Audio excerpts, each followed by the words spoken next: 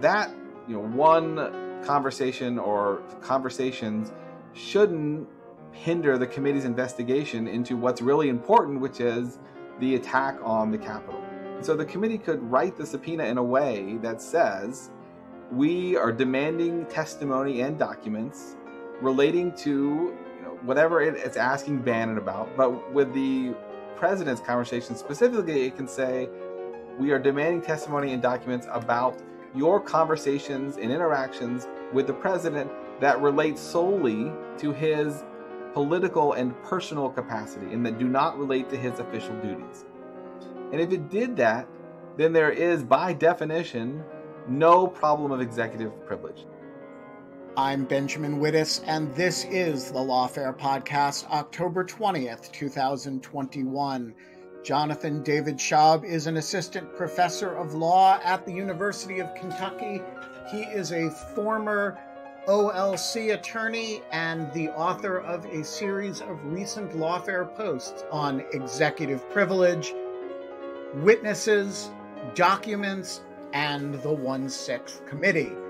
He joined me in the virtual Jungle studio to talk about Steve Bannon, to talk about the former president's suit against the National Archive, to talk about all the privilege claims that are floating around, the misinformation about them that's proliferating on Twitter, and how the Justice Department will think about actually handling the cases that are now presenting themselves to it.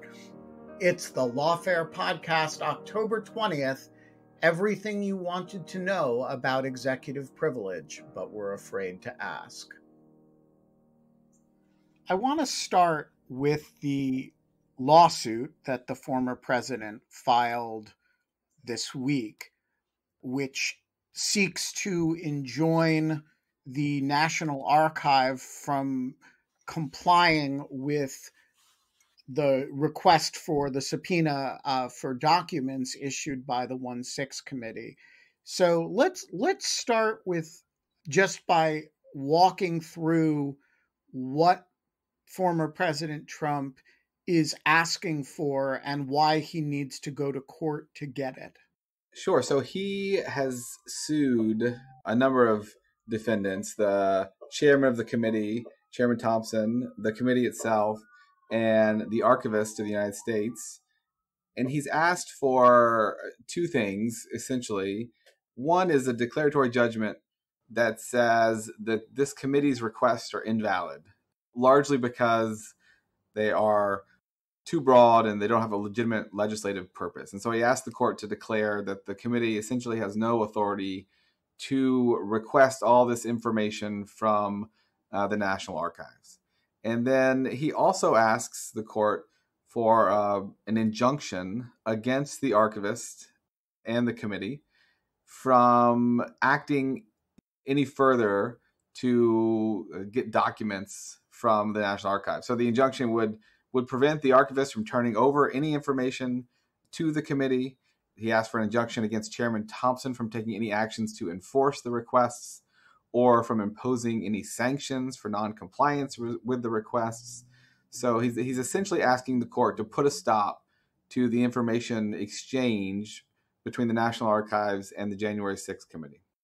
And do you see any prospect of the court granting such a request on either front? So I don't. These types of actions are difficult because once the information is turned over, the case is moot, right? So the interests that are asserted by Trump in the documents, the privilege interest, which we'll talk about, I'm sure, once those documents go over, there's no claim anymore. So in many cases, courts are willing to kind of maintain the status quo before rendering a decision, to give them time to look at the issues that are at play. But they'll only do so when there are, I think, substantial questions on the merits and where they think that Trump has a real likelihood of success. And here, I just don't think a court is going to accept that there's any validity to the arguments that the committee doesn't have a legislative purpose. And I don't think the court is going to accept the view that Trump's claim of privilege should take precedence over President Biden's decision to waive privilege. The only one that I think there's a reasonable, and I would not say it's likely, but there's sort of more of a chance than the others, is the request that the court enjoin this just for a temporary amount of time, so that it's basically a procedural objection, so that Trump can have more time to look at the documents. He makes some claims in the complaint, like they aren't numbered very well. We can't tell what's one document and what's another one. There's not enough time to go through all of these. So that's the claim.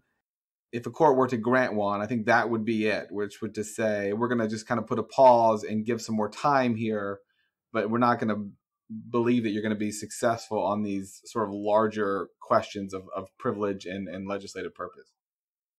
So separately from that, the committee has also subpoenaed a number of witnesses, and one of them, Steve Bannon, is defying the committee, and the House has now prepared to vote on a contempt citation and refer the matter for criminal contempt. Where are we with this, and what is the status of Bannon before the House right now? So he has defied the subpoenas. So he's refused to appear for a deposition, and he's refused to turn over documents. And it appears he's done a complete stonewall, whereas some of the other witnesses have quote unquote engaged with the committee, whatever that means. I think it basically means their counsel has contacted the committee and talked to them a little bit. Maybe they've turned over a few documents, but Bannon has done a complete stonewall, and the committee has prepared a contempt report and is prepared to vote to hold Bannon in contempt of Congress. And once they do that, it will go to the full House.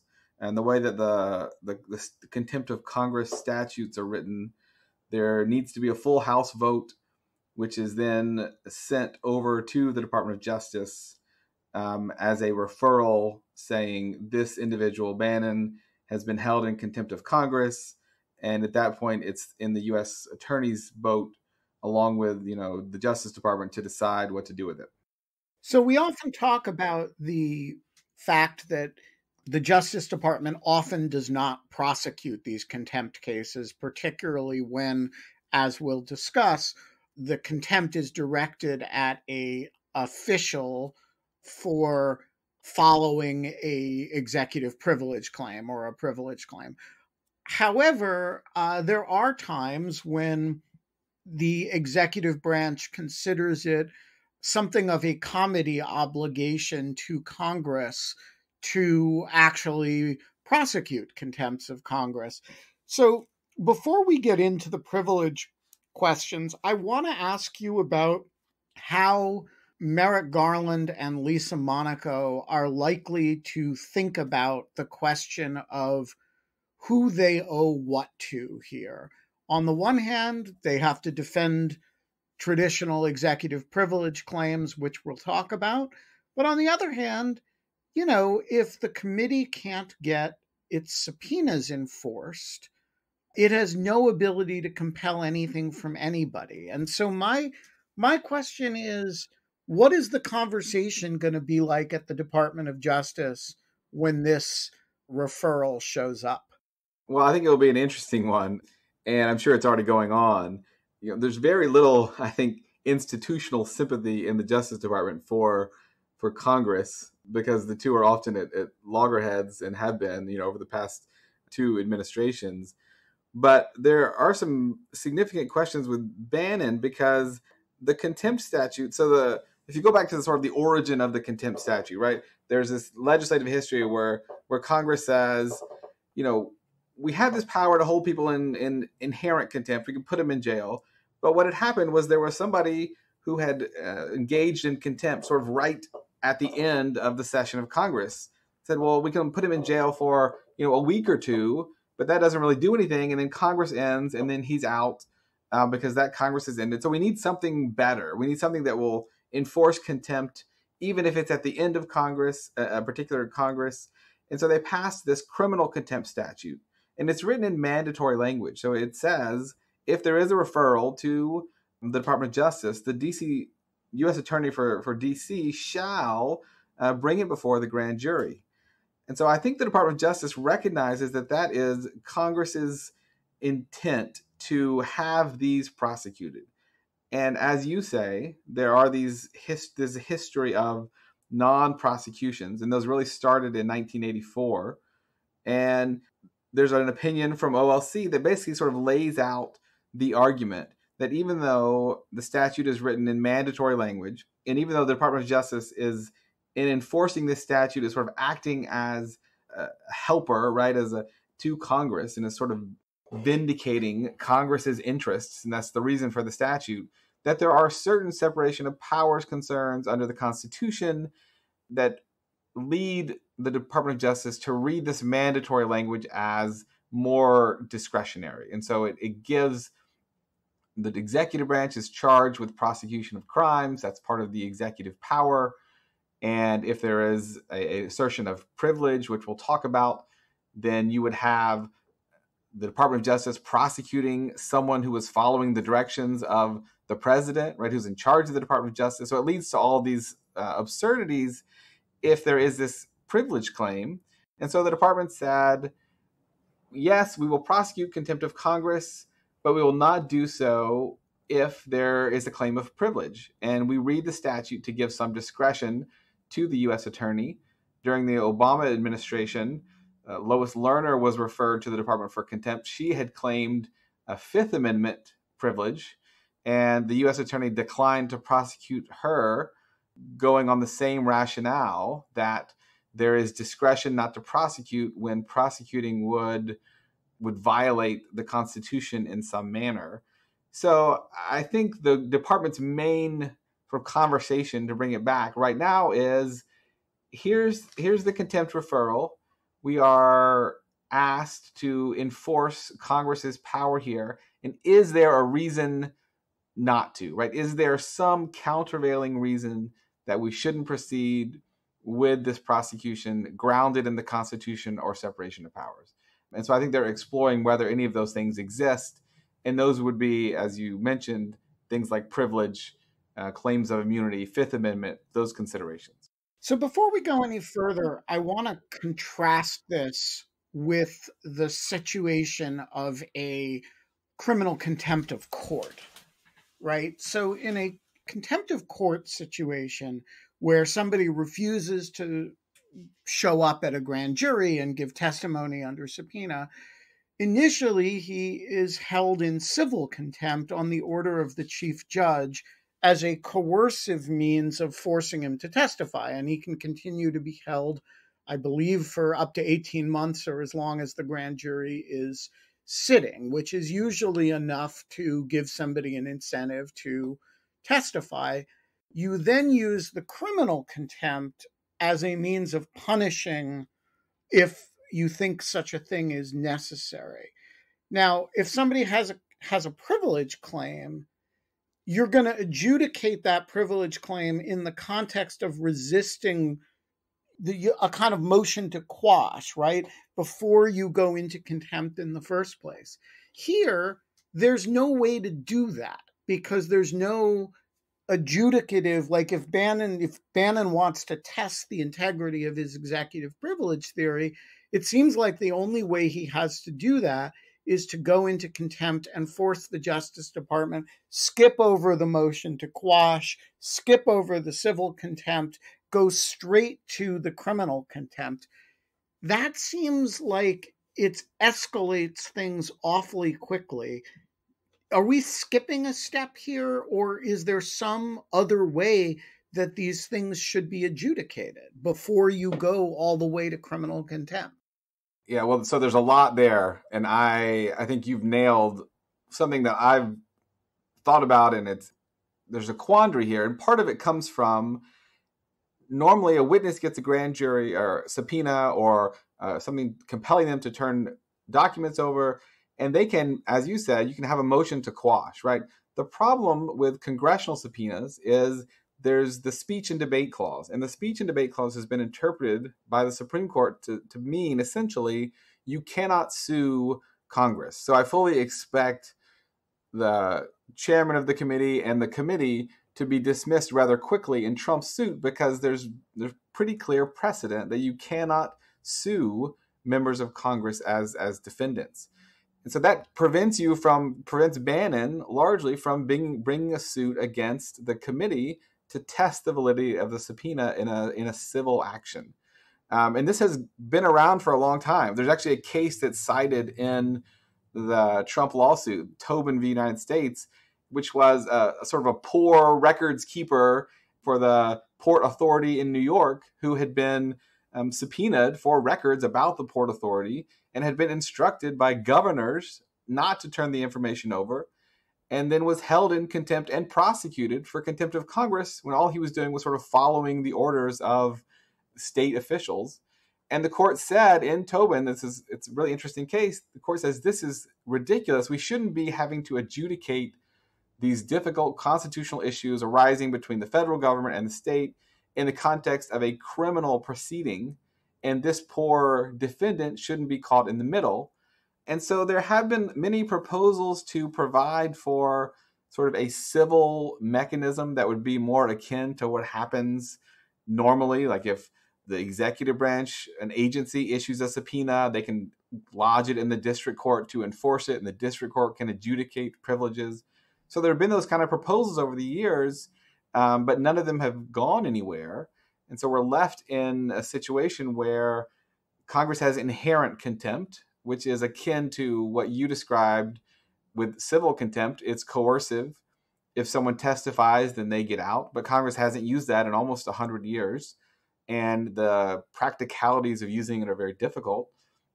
So the only option really is criminal contempt. And the witness has to decide, am I going to face prosecution and sort of try to raise all of these defenses like privilege and so forth in the context of a criminal prosecution, or am I going to comply and avoid that? And then when you're talking about executive branch officials and here former executive branch officials, you have this sort of added layer on all of that of the battle between this interbranch dispute between the legislative branch and the executive branch. And the executive branch is a party to that dispute, but is also the party that's supposed to enforce Congress's demand. So there's a very significant conflict of interest there. Right. So I want to bounce off you the argument that I think we lose something when Congress does not use its inherent contempt power. So the way this is going to play out with Bannon is Congress passes this resolution holding him in contempt. Then it refers it to the Justice Department. It then is at the mercy of the Justice Department, which, as we'll discuss, has some pretty powerful institutional reasons not to support Congress's position. So it may or may not bring the case. If it brings the case, Bannon then presents the argument for privilege in the language of a defense on which, the relevant standard is proof beyond a reasonable doubt. Seems to me if you litigated the question in the context of inherent contempt, it would be much faster. You would hold Bannon in contempt. There would be a resolution. He would be ordered detained or whatever, at which point he files a habeas petition and we litigate the question immediately on a kind of exigent basis, on the basis of a habeas claim filed by Bannon, which is much closer to the motion to suppress model in the grand jury litigation context. And then, of course, if Bannon decides to or is ordered to comply, he can comply and nobody would dream of prosecuting him at that point. He was merely testing the privilege question, and everybody would understand that, much as you do in the context of a motion to quash or even a brief period of contempt in the context of a grand jury investigation. So my question is Congress giving something up by giving this all to the discretion of the executive branch to decide whether or not to litigate this question? I think they certainly give something up when you're talking about executive branch officials. And then, Bannon is a private citizen, but he's invoking these executive privilege and former President Trump's assertion. So by sort of handing off its enforcement power to the Department of Justice and not having any of its own inherent power, not using it, then I certainly think they're giving up basically the ability to enforce their subpoenas. I mean, in my view, and I know it's not shared by everybody, but under the current law and the current doctrine within the Justice Department, I just don't think Congress can force the executive branch to turn over any information if the executive branch doesn't want to. The cards are all with the executive branch, largely because Congress doesn't have its sort of own independent enforcement mechanism. And so I think that's right. I don't think it would have to be inherent contempt. I think they could also they could pass a statute that provided for it's kind of an order to show cause where they could lodge their subpoena in a district court, and the district court could then compel the individual to come forward. And if the individual didn't comply, then they would be held in contempt of court, like any other person who's not complying with a subpoena. So they could sort of use the courts to enforce their subpoenas rather than the Justice Department. So yeah, I think they give up a lot. And contempt, even the criminal contempt provision, it's misdemeanor. The maximum is a year in prison. So it's not like it's an enormous penalty either. So they don't really have very strong enforcement mechanisms currently. And I think we've seen that play out quite obviously in the Trump administration. And Bannon may raise some of those issues and he may not, depending on sort of how the Justice Department views those issues in this context of his particular contempt.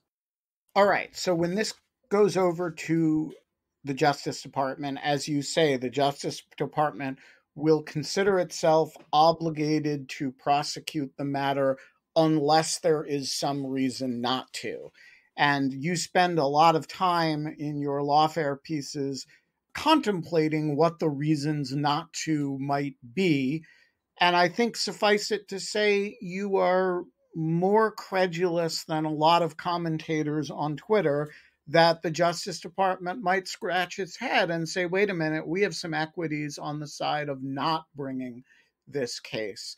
So why don't you walk us through what they are, starting with the fact that, there may be some merit, albeit distant, to Bannon's privilege claim. Yeah, so I think it's important to be precise when we're talking about, and of course, Twitter is not the place for precision. But when you're talking about the claim here, and there's many people that have said things like, "Well, Bannon can't claim privilege because he's a private citizen." That is obviously true, but the claim of privilege is the former President Trump's, right?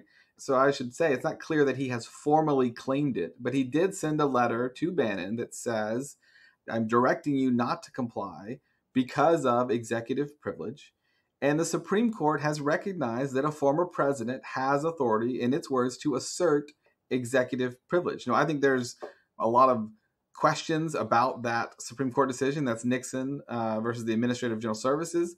But that's the sort of governing standard right now, that a former president has authority to assert executive privilege. The former president has informed Bannon that he intends to protect the privilege and instructed Bannon not to comply. I don't think the Justice Department can simply sort of dismiss that as most people would like them to. And partly because there's precedent within the Justice Department that says a private citizen who talks to the president about his official duties can fall under the scope of executive privilege. There's a 2007 opinion relating to President Bush's firing of U.S. attorneys. Some of the information involved conversations with people outside the executive branch. And then Solicitor General, Acting Attorney General Paul Clement, wrote in his opinion that the rationale for privilege, which is that the president needs to receive sort of candid advice, advisors need not to have the fear of exposure in order to sort of fulfill the president's constitutional duties. That applies equally when the president is receiving advice from outside the executive branch. So Clement's argument was executive privilege applies just as much to those conversations as to conversations with advisors within the executive branch. And I don't think the Justice Department is going to let that go. I don't think they're going to say, in the context of Bannon, we're going to disclaim this 2007 opinion and say former presidents, have no claim to privilege, and that it doesn't matter, that private citizens have sort of are not covered at all, because those might come up in the future, and the Justice Department might want to maintain those positions, right? You can imagine a situation in which the House in 2022 election switches, and all of a sudden House Republicans launch an investigation related to President Biden or President Obama, and the Justice Department might want to have some ability to retain privilege against some of those inquiries. So these are institutional interests that I don't think they're going to sort of just give up. And although they don't seem to intuitive in many ways, because Bannon is a private citizen and because President Trump is the former president, they will pose some hurdles for the Justice Department. All right. But, each of these individually strikes me as a surmountable problem for the privilege claim. Like, yeah, maybe there are circumstances in which the courts would recognize a privilege claim from a former president. And yes, you could imagine on a sensitive foreign policy matter, the president consults a former official who had been relatively recently serving about a policy matter specifically within her expertise. The court would say, okay, but you layer the former president on top of a political operative who hasn't been in the White House in a long time, on top of the sort of obvious misconduct overlay of January 6th. And it is, pretty hard to argue that this should be covered by executive privilege. How much does the Justice Department eventually look at this and say, okay, yes, there's a little bit of merit, but although not a lot, on the former president stuff. And yes, there's a little bit of merit on the private citizen stuff, but you can't sum 2 inches and get a mile. Yeah, I think that's exactly right. I think that, to me, the most important layer is the January 6th layer, right? Because even if it's true that an advisor who's outside the executive branch can be protected by executive privilege in some circumstances, it's only in the circumstances in which that advisor is advising the president about his official duties as president, right? And as I sort of discussed on Lawfare, presidents have this kind of dual character, 2 bodies, as scholars have called it, where they have a official capacity, and then there's also this personal political capacity. And there's a lot of law and practice that separates the two, even though the lines can be blurry. But executive privilege applies only to acts done in the official capacity. It's to protect the constitutional duties of the president. So to me, to say that Bannon's advice, whatever it was, related to the official duties of the president, when we're talking about the inquiry into January 6th and an attack on the government and the Constitution itself, is a step that no one would go in the Justice Department. I don't think the Justice Department would ever take the position, right, that the advice that was given related to January 6th had something to do with the official duties of the president. And then you can see in the Mo Brooks litigation, the Justice Department concluded and told the court that Representative Brooks was not acting in his official capacity and refused to defend him. And I think that same approach, that layer, is enough for the Justice Department to move forward against Bannon, even as you say, there is some, at least in the Justice Department's view, some kernel of merit to the idea that a private citizen advising a former president could have some privilege at stake. Here, I think you can eliminate that as a possibility just because of the nature of the inquiry. It also seems to me to be possible to say, okay, yes, maybe a private citizen advising the president can, under some circumstances, have a privileged conversation. And yes, maybe a former president can assert the privilege. But even assuming those two together can create a privileged conversation, and even assuming that the nature of the conversation about January 6th does not preclude privilege for the reasons you just said, President Biden is entitled to waive the privilege, which he has done. Why isn't that a dispositive answer all by itself? So I think it is. And, when I wrote my first piece, there's not public knowledge that Biden had made that determination. And I was actually kind of curious as to why he hadn't, because there was on record saying I did not think, and I don't think the Justice Department would have moved forward with prosecution without a clear statement from the current president that privilege doesn't apply, because that sort of eliminates this concern about former presidents. The Justice Department can say, yes, former presidents have some authority to assert privilege under the Supreme Court's ruling in the Nixon case, but that is subject to the current president's determination of privilege. And because President Biden has waived privilege, Bannon has no privilege claim here. So I do think, and I think that's probably why the White House sent that letter and made it clear in the letter that Biden was waiving privilege over Bannon's testimony and deposition, because that clears that hurdle for the Justice Department. And the only really remaining question, and this is the question that Trump raised in his lawsuit, right, is whether sort of the current understanding that the incumbent president takes precedence over the former is somehow unconstitutional, right? That there has to be sort of independent authority in the former president to assert privilege no matter what the current president says. And the Justice Department has never, to my knowledge, sort of firmly concluded one way or the other. But I think it's pretty certainly clear from the regulations governing presidential records that the archivist is operating under, and from the Presidential Records Act that the current president takes precedence. But I also think that will be the Justice Department's view, and I think it's sort of the obviously better view, that the person who is currently elected to represent the country, right, is the one who gets to determine as a final matter what it is in the interest of the country to release and what it is in the interest of the country to withhold. But yeah, so I think his waiver will clear the way for prosecution, even given some merit to some of these arguments that Bannon and Trump have been making. Yeah, I just want to say that the unitary executive would take quite a hit if the former president could decide what information the current president is and is not allowed to release.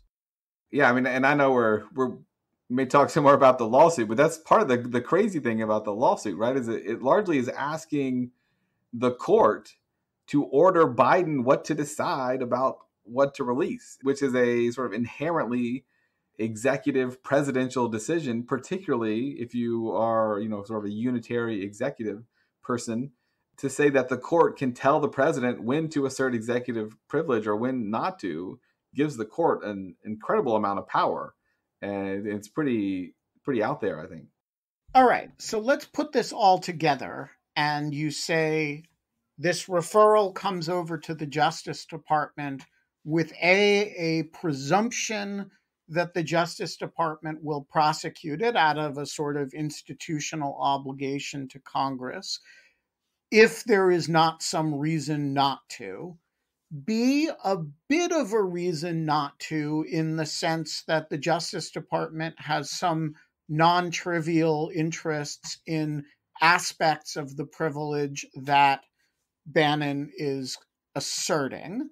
C, reasons not to simply, significant reasons not to simply accept Bannon's assertions and claims. And so how do you think, I'm not asking you to speculate on what the Justice Department will do, but how do you think at the end of the day the Justice Department integrates all that information? It's got a significant set of conflicts of interest here. How do you resolve them? Well, I think that's a difficult question. I think, the Justice Department has to ultimately look at sort of what's in the best interest of the United States, right? And the Justice Department is charged, the Attorney General is charged with representing the United States in court. And its rationales for not prosecuting in the past have largely turned on the idea that it would be sort of not in the interest of the United States to pursue prosecutions when the president has made, a claim of privilege. So I think ultimately they're going to say, yes, there are these sort of unresolved issues about privilege and former presidents and private citizens, but the current president has said there is no privilege claim here. And this January 6th committee is doing vitally important work. And Bannon, it helps the department, I think, in some ways, because Bannon hasn't offered to provide anything, right? He refused to even show up. And normally, even if you're going to assert privilege, you would show up at the hearing and then assert privilege in response to individual questions. Privilege is not an excuse to not show up at all.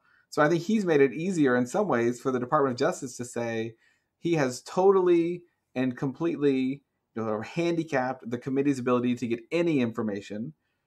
And, the interests of the United States are in sort of reinforcing this method of inquiry and the ability of Congress to pursue this investigation about, an attack on the country. So I think that's going to be the kind of ultimate decision is where are the interests of the country here? And I see a lot of weight on bringing the prosecution, and with the waiver of privilege, there are not many sort of counter arguments to that. So I would expect them to move forward, but there's also the civil suit, which may complicate that as well. So there's another factor which may complicate it, which is that Biden has all but instructed them to do it, which, if I were the Attorney General, would have me tearing my hair out. And the Justice Department has sort of made clear that it will make an independent judgment on this. But, Bill Barr said the same thing about his various instructions to prosecute people from Trump. And people like me said, wait a minute, it really, really corrupts the process when the president tells the Justice Department whom to indict and whom not to indict. How big a deal do you think Biden's rather flippant intervention in this is, and how much does it complicate what the department might or might not choose to do? Well, I think it was unfortunate, and it makes the decision, at least in appearances, have a much more sort of political flavor than I think otherwise it could have been. And I, as you said, this independence between the Department of Justice and the White House, and between, politics and decisions about when to prosecute someone is a vitally important distinction, I think, to the functioning of the country and to democracy. And we saw it eroded during the Trump administration. And so it's unfortunate that Biden's comments play into this same narrative that Trump is pushing, that this is all a political agenda and the committee is out to get him as for political reasons. So I think the Justice Department was, as you said, not happy about that. I would imagine that they will release, when the decision is made what to do, they will release some kind of letter, or maybe it's an OLC opinion that supports the prosecution and explains it in an institutional and legal way to try to combat some of the questions about whether this is politically motivated and whether this is being brought because Biden said this. And I certainly don't think Merrick Garland is going to be influenced by what Biden said, but because he said it, there is certainly going to be the appearance of that.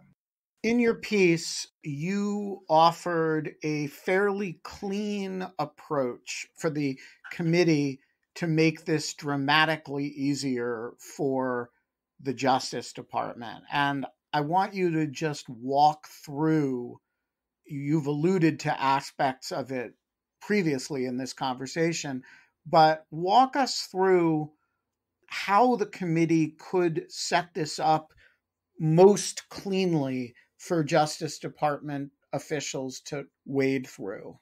Yeah, so I mean, I don't know what the proper term is. You kneecap the executive privilege arguments or undercut them, but I think the committee, it issued very broad requests, and I think that was fine as an initial matter, right? They're trying to gather information. But one of the problems with contempt prosecutions, and you alluded to this sort of, you have to prove the elements beyond a reasonable doubt. The committee has to prove that the matters it's inquiring about are within its delegation from the House. And so you've got Supreme Court cases sort of throwing out contempt prosecutions because the questions weren't specific enough or because the charter of the committee wasn't specific enough. And then you've got these privilege complications that we've talked about. So my thought was the committee could make this very clean and could take away sort of all claims of privilege simply in the way that it sort of wrote the subpoena, right? As I mentioned, executive privilege applies only to advice about official duties. So yes, it's possible that one of Bannon's conversations with the president at some point in the scope of the subpoena involved an official duty, right?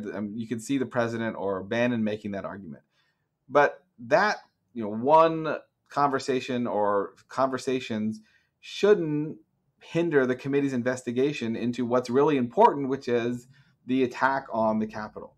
And so the committee could write the subpoena in a way that says, we are demanding testimony and documents relating to, whatever it's asking Bannon about, but with the president's conversation specifically, it can say, we are demanding testimony and documents about your conversations and interactions with the president that relate solely to his political and personal capacity and that do not relate to his official duties. And if it did that, then there is, by definition, no problem of executive privilege. It never arises because the committee is limited in scope to the president's personal and political activities. And if Bannon doesn't comply, then there is no obstacle and no sort of institutional considerations in the Justice Department because he has refused to provide information solely about the personal and political capacities of President Trump. And so you sort of just take away, by definition, any claim of privilege and any institutional obstacle that there may be. So the skeptic listening to you just now would say, yeah, but it puts in Steve Bannon's hands and his lawyer's hands the ability to determine what is and is not part of the president's official duties, right? He's like, I don't want to testify about that conversation, or I don't want to give documents related to that conversation. I'll just say that's official duties. What's the adjudicative mechanism for that? Well, so that's kind of the beauty of the approach in some ways. The body that adjudicates whether he's in compliance or not is the committee. So if the committee asks a question that is about what Bannon and Trump talked about with the political rally, or ask questions that are very clearly about political activities, or, if there was conversations about there being an assault on the Capitol itself, if Bannon says these are official capacity actions and they're not within the scope of your subpoena, the committee is the one that is the judge of that. And if it's careful and ask about things that are very clearly not official duties, which shouldn't be that hard given the nature of the inquiry, and Bannon says, no, those are official duties, the committee can say, no, these are political and personal duties, and if you don't answer, we're going to hold you in contempt. So the committee is the one that would judge, and then it would refer to the Justice Department. And Bannon can raise that defense in the criminal prosecution, but there would be no barrier to justice bringing the prosecution itself, which I think is the important part here, because that's what's going to motivate other witnesses to come forward, to comply, to start negotiating, is if they see that there is a real possibility of a prosecution by the Justice Department for contempt, and if they see that these hand-waving assertions about privilege really are not going to work, and they're not going to throw up any barriers. And to effectuate this idea, would the committee need to withdraw its subpoena and issue another one, or could it simply advise him by letter, as the president's lawyers advised the committee by letter that he was waiving the privilege, that we would consider compliance with this subpoena to be complete to the extent that you testified on matters that were, not of official duties, but only of a personal or political nature? I think the most straightforward path would be to issue a new subpoena for him to testify in, a week or 2 weeks, and to make a very clear scope of what the committee is asking him to testify about, excluding official duties of the president, and indicating if he doesn't appear, it will hold him in contempt. It would have the the contempt resolution ready to go, assuming that he defied that again, which it seems most likely is what he would do, then the full House could be ready to vote. So it wouldn't really take much more time, and it would make the contempt prosecution very straightforward because there would be a clear, precise subpoena that he did not comply with that the Justice Department would use as the basis for the prosecution. So if I were Jamie Raskin or Adam Kinzinger or Liz Cheney, I would say, why should I do a 2-week delay when I have a written waiver from the President of the United States for privilege?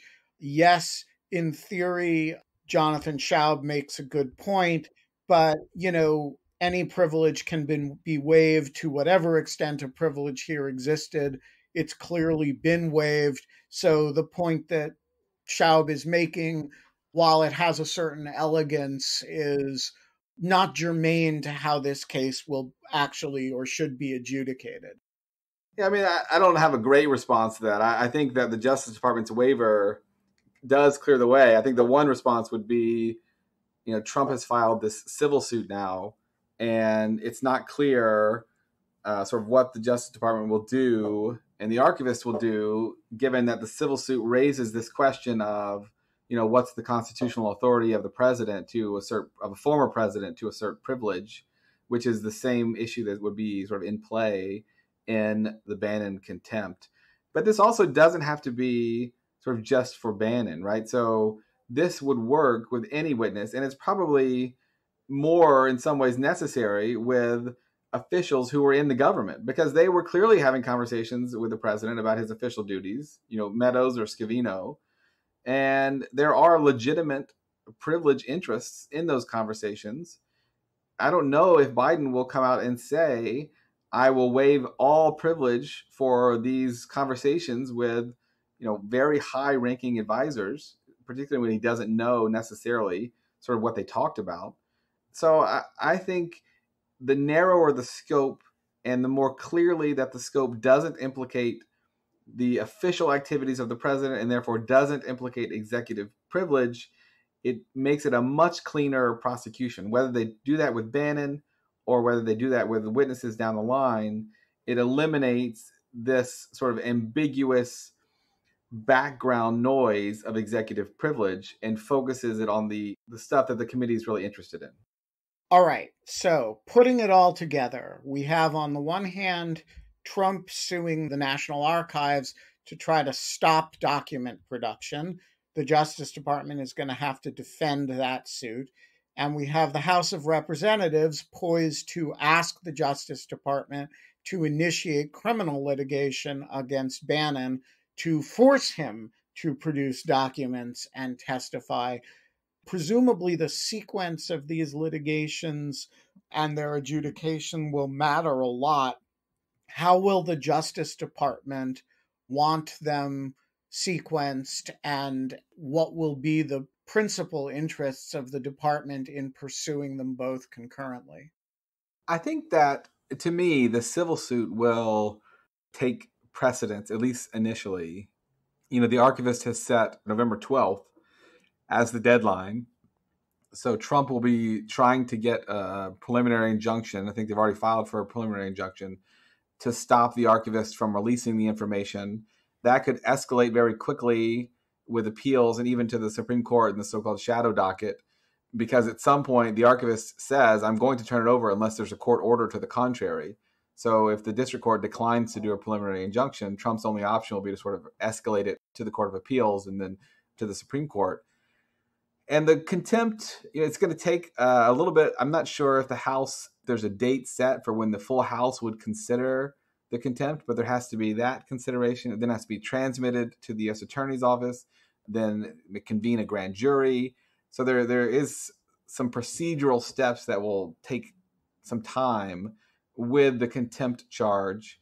And I imagine the Justice Department will be focused primarily on the civil suit first. And you might even see, the U.S. Attorney's Office in D.C., which is the office sort of charged with prosecuting these contempt charges, you might even see that office say, we're going to delay a little bit until the civil suit is resolved, if it looks like it's going to be a relatively quick resolution just to be able to have some of those issues settled before they proceed. But I do think the civil suit is going to be sort of the main event for the next couple of weeks. We are going to leave it there. Jonathan Schaub, thank you for joining us today. And thanks for having me. It's always fun. The Lawfare podcast is produced in cooperation with the Brookings Institution. Our audio engineer this episode is Kara Schillen of the legendary firm of Goat Rodeo. You need to do your part to promote the Lawfare podcast, so share us on all the socials, leave us a rating or review wherever you found us, wear our merch, and for heaven's sakes, talk about us at dinner parties and make yourself annoying. The Lawfare podcast is edited by Jen Patja Howell. Our music is performed by Sophia Yan. And I'd be remiss if I didn't add that you can become a material supporter of Lawfare at our Patreon page, patreon.com/Lawfare. And as always, thanks for listening.